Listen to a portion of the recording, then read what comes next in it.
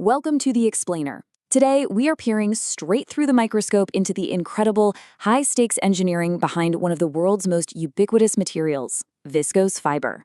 We're going to break down the exact, incredibly precise chemical production process that turns raw, rigid wood pulp into beautifully flowing fabric. And along the way, we are going to uncover a hidden, fatal flaw that routinely ruins thousands of meters of finished textiles before they even leave the factory floor. 50%. Just think about that number for a second. What if I told you that a single microscopic structural error during production could cause a fiber to just give up, instantly losing half of its strength?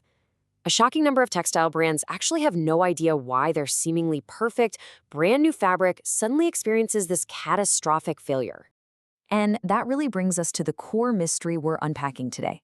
Why does your absolute favorite fabric suddenly fail, literally just tear apart, the exact moment it gets wet?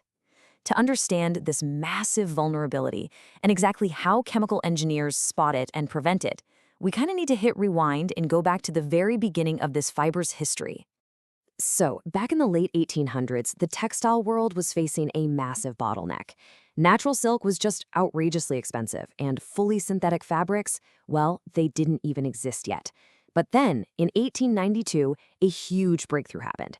British chemists Charles Cross, Edward Bevan, and Clayton Beadle discovered that by treating natural wood cellulose with some very specific chemicals, they could create this highly viscous solution and extrude it into continuous filaments. Fast forward to the early 1900s, this liquid extrusion was officially named viscose, and by the mid-20th century, it was scaling up globally. It actually started replacing cotton in high-end apparel simply because it had this dramatically superior drape and a really brilliant sheen. But as this global production blew up, manufacturers ran straight into what we can call the semi-synthetic paradox. You see, viscose wasn't fully synthetic like polyester, and it certainly wasn't completely natural like cotton. It sat right in this precarious golden middle. Manufacturers quickly learned that manipulating natural wood polymers into a heavily engineered fiber came with some severe structural risks. I mean, if the chemical aging time deviated by literally just a few minutes, the fiber would lose its molecular integrity entirely. This forced the whole industry to invent totally new, rigorous frameworks just to evaluate the yarn. Because today, evaluating viscose isn't just about how soft it feels, it's about interrogating its exact molecular architecture. To put that architecture into perspective, check out this comparison on moisture regain. This is one of the absolute key parameters dictating how a fiber performs. Look at premium viscose here. It is an absolute powerhouse, naturally pulling in and maintaining a moisture regain of 11% to 13%. Compare that to cotton, sitting at 8.5%, or polyester at a pretty miserable 0.4%. This incredible moisture absorption is the exact secret sauce that gives viscose its legendary, fluid drape and lets it absorb dye with such intense brilliance, completely blowing both polyester and cotton out of the water. But here is the catch. That incredible absorption capability leads directly to a massive, glaring vulnerability. While completely dry viscose yields a really solid tenacity of 2.0 to 2.6 grams per denier, the absolute second it gets wet, that strength dangerously plunges to below 1.2 grams per denier. That's up to a 50% drop in strength. If an engineer is evaluating a yarn and it falls below that 1.2 threshold when wet, that yarn is going to break constantly during the liquid dyeing process. It's a complete nightmare on the factory floor. So, why does this happen? Well, the crucial point is understanding the degree of polymerization, or DP. Simply put, this is the measurement of the polymer chain length. Now, raw natural wood cellulose has these massive, extremely long chains with a DP of well over 1,000. But processed engineered viscose fiber, it's intentionally chopped down to a DP of around 250 to 300. Shortening that chain length is exactly what makes the material liquid enough to spin, but it inherently weakens the overall structural backbone of the fiber. So it's a very calculated, high-wire engineered compromise. All right, let's walk through phase 1, dissolution, which is where we actually build the foundation of this fiber. It all starts by steeping premium wood pulp in a really harsh bath of 17 to 18% sodium hydroxide.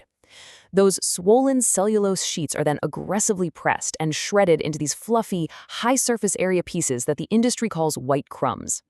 Next is the aging stage, where those crumbs just sit in temperature-controlled silos so oxygen can naturally chop down that degree of polymerization to our perfect target window. After that, Engineers inject carbon disulfide in a step called xanthation, which turns the whole batch bright orange. And finally, those orange crumbs are completely dissolved in a dilute solvent. And this highly controlled process yields what everyone in the business affectionately calls viscose dope. It's essentially this incredibly thick, honey-like liquid with a really distinct golden hue. Now, before this dope can go anywhere near the actual spinning machines, it has to be hyper-filtered to remove any unreacted pulp. Then it runs through an intensive vacuum deaeration system to strip out every single microscopic air bubble. If you do this right, you're left with flawless liquid gold, perfectly primed for spinning. But hold on, because there's a massive, massive danger dead ahead. We are just about to enter the wet spinning phase, and this right here is where 90% of structural failures actually happen. Get this, if the chemical balance in the upcoming regeneration bath deviates by just half of 1%, 0.5%, it creates a completely invisible internal defect.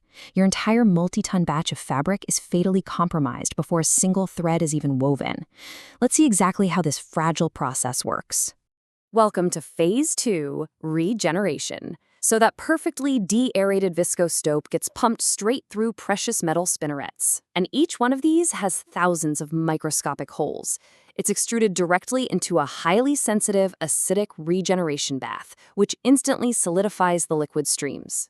From there, these newly formed solid filaments go through drying and stretching. They're pulled over progressively faster rollers, physically stretching them by up to 50%.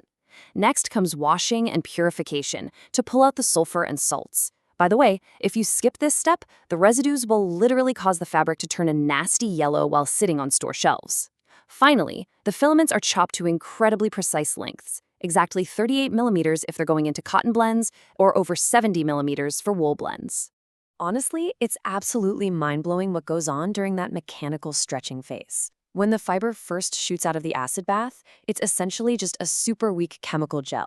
The polymer chains inside the core are completely tangled and totally amorphous. But that intense mechanical stretching physically forces those chaotic chains into a tight, parallel alignment right down the fiber's axis. It acts as this critical bridge, basically magically converting a useless fragile gel into a highly oriented, high-tenacity yarn.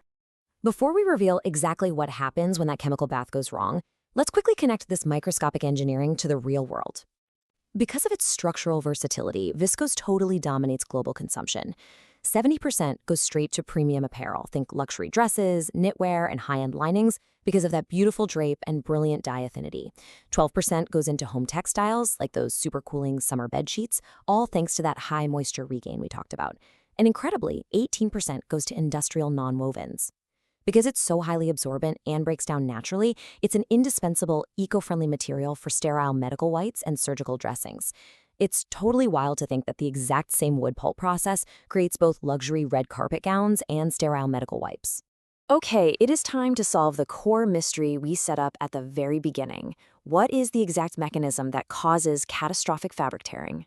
Well, the hidden flaw is zinc sulfate-induced skin voids. Remember that chemical spinning bath? It contains zinc sulfate, which is supposed to delay the regeneration process just enough to form a nice, dense outer skin layer on the fiber. But if the zinc sulfate concentration drops even slightly below spec, the outer skin of the liquid stream solidifies way too fast, while the inside core remains totally liquid. As that liquid core eventually dries later on, it shrinks away from the rigid outer skin, leaving these microscopic, totally hidden hollow voids right inside the fiber structure. So, how do we spot this before it's too late? Enter the birefringence index. This is the ultimate detection metric modern labs use, measuring molecular alignment under polarized light. Engineers use this index to hunt down those internal cracks and hidden voids before the fiber ever reaches mass spinning. To guarantee a premium, void-free batch of viscose, the fiber absolutely must hit a ridiculously strict target value somewhere between exactly 0.025 and 0.035. You see, in this delicate engineering process, structural harmony is just everything. There's a rule of thumb here. A perfect 30-70 skin-to-core boundary guarantees the outer skin can handle external friction, while the interior core provides optimal elasticity. Anything less than that creates microscopic stress concentration points. When you have hollow voids inside and the yarn gets put under immense tension during high-speed knitting, those voids act as stress multipliers, and the fiber simply snaps in an instant. So, what's the final verdict? Well, to guarantee that a bale of yarn meets elite standards and will actually survive high-speed manufacturing, it has to clear a brutal gauntlet of laboratory benchmarks. Let's look at the ultimate checklist. First, a fully serrated cross-section with the perfectly even skin to core boundary. Second, a minimum dry tenacity of 2.4 grams per denier and a wet tenacity holding firm at 1.3. Third, moisture regained tightly locked in that 11% to 13% window. And finally, a perfectly clean FTIR spectroscopy readout proving there are absolutely zero internal voids. If the fiber manages to clear all those strict hurdles, it's going to deliver elite fabric quality every single time. It's genuinely fascinating to think about the intense, microscopic chemical engineering required just to make a soft summer dress or a simple medical wipe. So I'll leave you with this provocative thought. Would the garments hanging in your closet right now pass this ultimate chemical stress test? The next time you put on a favorite piece of clothing, take a second to think about the incredible invisible engineering hiding inside those threads. Thanks for joining me on this explainer, and keep learning.